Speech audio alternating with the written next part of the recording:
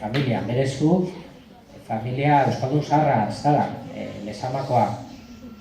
Nola ikusi duzu euskaraldia, batez ere, eskola barruan eta kasu honetan, lezama mundura, futbol munduan, zabiltzan esparru horretan, ze eragin, zer ikusi duzu?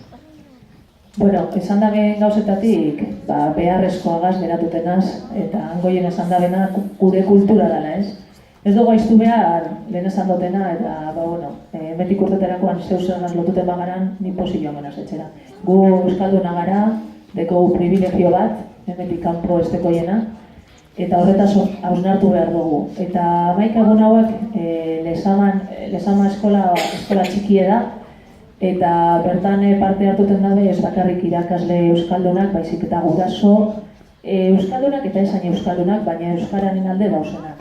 Orduan, lezama eskolatik hasieratik parte hartze handia egon da, orduan ekitaldi asko egin dira, umeak ondo hartu dabe, gurasoak bebai, eta egun hauetan harrituten dagoena bebai da, euskaraz ez dakienek zela nahi dabe, hori ez, pausutxu hori eman, ez ja bakarrik euskara ikasteko, zedanok badakigu gauze zaie dala.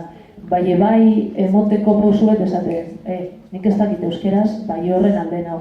Eta neure semeak nahi dutez euskaraz jakitea. Orduan, nik uste dut oso garrantzitsua dela, jarraitu behar dugu danok, zeuotatik hasite, zeuok sarie garrantzitsuenak, benetan, ez dakizu zenbateko garrantzia ekosue, eta lehen behar gara euskara beste arlo batxotara eroaten.